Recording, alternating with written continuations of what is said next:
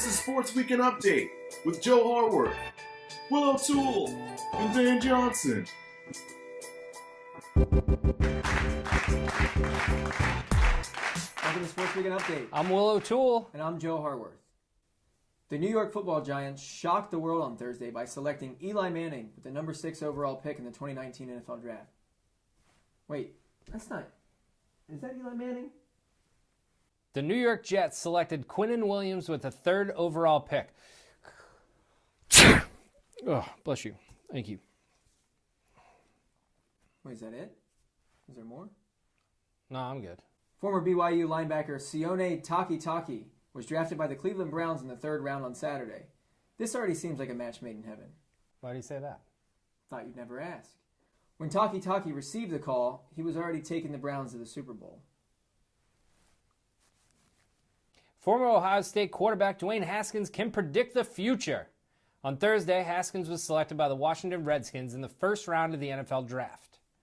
4 years ago, Haskins wrote an article that was published in the Washington Post, predicting that the Redskins would need another quarterback in the next 5 years. At the time, the Skins had 2 franchise QBs on their roster.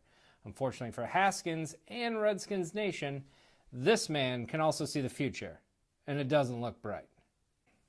Former NBA Boston Celtic and runner-up in the Dwayne Wade debate, Paul Pierce is at it again. After the Celtics took Game 1 from the Milwaukee Bucks Sunday, he declared the series over. Pierce has had some interesting quotes in the past, notably saying, "The game isn't over until the clock says 0. We are in Game 1 of the series. Clock is still ticking." He also stated, "A lot of people don't know this, but when I was young, I wanted to be a garbage man." Well, Paul, dreams do come true. Because lately, everything out of your mouth is complete garbage. What's a young? The Portland Trail Blazers defeated the Oklahoma City Thunder last week to advance to the 2nd round of the NBA playoffs, thanks to a last-second shot from Damian Lillard. "That's a bad shot. I don't care what anyone says. That's a bad shot," said Oklahoma City Thunder guard Paul George from a boat, on vacation, not in the 2nd round of the playoffs. What time is it? Dame time. This weekend, Golden State Warrior Kevin Durant tied an NBA postseason record with 38 first-half points. When asked, New York Knicks owner and chubby Stalin lookalike James Dolan said, "He will do. Yeah, he will do just fine." The ending of the Nuggets-Spurs Game 7 left many fans shaking their heads. Pop can foul Shaq 5 seconds into a basketball game in 2008, but the whole team forgets for 27 seconds? Come on, guys. This week, Buffalo Bills running back LaShawn McCoy spoiled the ending of the Avengers movie on Twitter, ruining it for football fans and nerds alike. Alleged child abuse and domestic violence? Yeah, we'll let that slide. But spoiling Endgame? Will not stand. Ex-Raiders Sebastian Janikowski announced his retirement after 19 seasons. Is that what you call it when no one wants to sign you? Yeah, I retired from the last bar I worked at. Janikowski, nicknamed Seabass, made more than $53 million during his career. That's more than any other kicker in the history of the NFL. Also, that's 10.6 million Subway $5 footlongs. Looks like it's going to be a long retirement, Seabass. The Kentucky Derby is Saturday, and I bet you didn't know it's also referred to as the Run for the Roses, because the winner is awarded a blanket sewn with over 400 roses post-race. The blanket weighs roughly 40 pounds, or 2 jockeys. Disgraced former NFL player Greg Hardy won his first UFC fight Saturday against former training partner and professional punching bag Dmitry Smolyakov. It's nice to see Hardy changing his image and taking on such a likable role as a bully to people that are weaker than him. He's basically a modern-day Scott Farkas. Iranian hawk Sajjad Garabi announced that he has accepted his first MMA fight from an unnamed Brazilian fighter.